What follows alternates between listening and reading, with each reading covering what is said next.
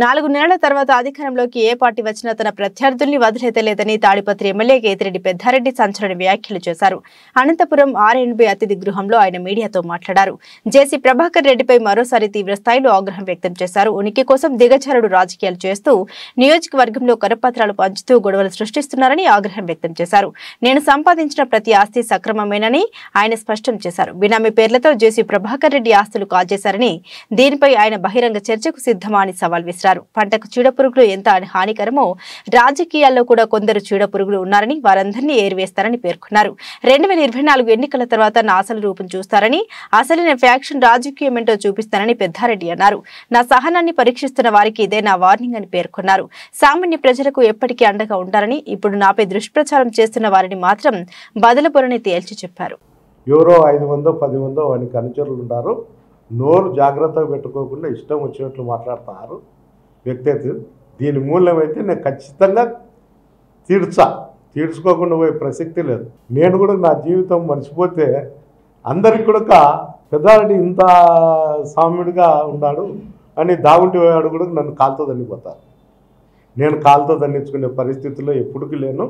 ఒక్కసారి అయితే నా పాత జీవితంలోకి నేను ఒకసారి అయితే పోవాలనే ఆలోచన అయితే ఉంది. కానీ అది ఎలక్షన్లు అయిపోయిన తర్వాతనే నా పాత జీవితంలోకి నేను ఖచ్చితంగా 3-4 నెలలు అయితే పోతా. ఇప్పుడు పోయి డిస్టర్బ్ చేసి ఇన్ని రోజులు నేను మంచిగా ప్రజలతో అందరికీ ఉండి డిస్టర్బ్ చేసి వాడు ఆగింతం చేసి బజార్లోకి వచ్చాడు. గుడ్డలు దించుకోండి ఇంకోటి ఊరికి నేను బజారుకి పోతానే అతనంతకు అతనికి బట్టలు దించుకొని ఎమ్మెల్యే పోతా నన్ను కొట్టిపోయినాడని. అందుకనే సానుభూతి అతనికి తెచ్చేదాని పరిస్థితుల్లో నెట్టి పరిస్థితుల్లో లేను. నేను ఆ వేట మొదలు పెట్టినప్పుడు తట్టుకునే శక్తి అవతలని కూడా ఉండాలి. ఏ పార్టీ వచ్చినా కూడా నేను మొదలు పెడతా. ఇప్పుడు కూడా చెప్తాను, ఇది మెన్షన్ చేసుకోండి.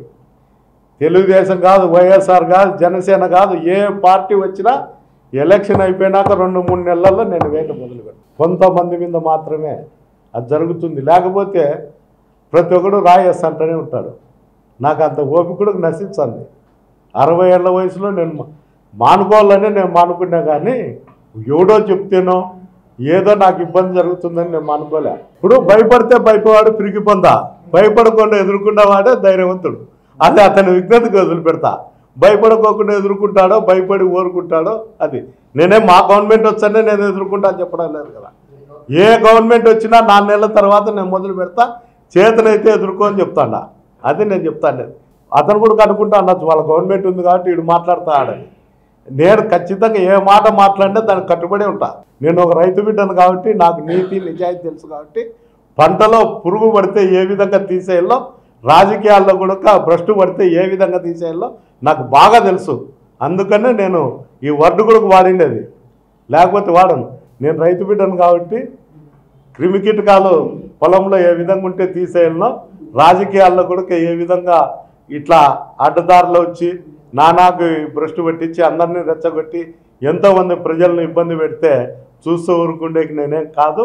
పెట్టుబడి లేకోకుండా ఒక చార్టర్ అకౌంట్ నాకు దొరికినాడు అనుకుంటాను, ఒక గుమ్మస్తా దొరికినాడు అనుకుంటాను.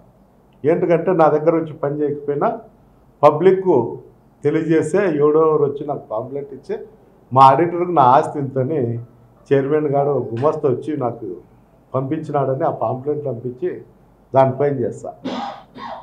ఇది ఒక ఎత్తు. నేనేమో ఆస్తులు కొనిండేది, నేను నా కొడుకులు వ్యాపారం చేసే ఆస్తులు కొన్నా తప్ప నేను ఎక్కడ గుజరీ సామాన్లు దొంగతనాలు దోపిడీలు చేసి నేను కొనలే. అయ్యా మేము కమాండర్ జీప్లో తిరిగేటప్పుడు కూడా 85లో 83లో కూడా నువ్వు మోటార్ సైకిల్లో తిరుగుతాను. మీ అన్న గెలుపు కోసము ఒకానొక టైంలో మా అన్న 10,000 చందా ఇచ్చి కొత్త జీపు తీసుకొచ్చి మీకు బీగాలు ఇచ్చిన పరిస్థితి. రెండోది, నిన్న మున్సిపల్ కమిషనర్ గారికి సుందరీకరణ అని ఒక ఫోన్కు 200-250 అవుతుంది. అతనే నేను ఫోన్లకు ఉండే జెండాలు తొలగించను, ఓన్లీ నేను లైటింగ్ మాత్రమే వేసుకుంటా సుందరీకరణ, దానికి మీరు పర్మిషన్ ఇవ్వండి అని చెప్పి అడగడం జరిగింది. అతను జెండాలు పీకుతా అంటే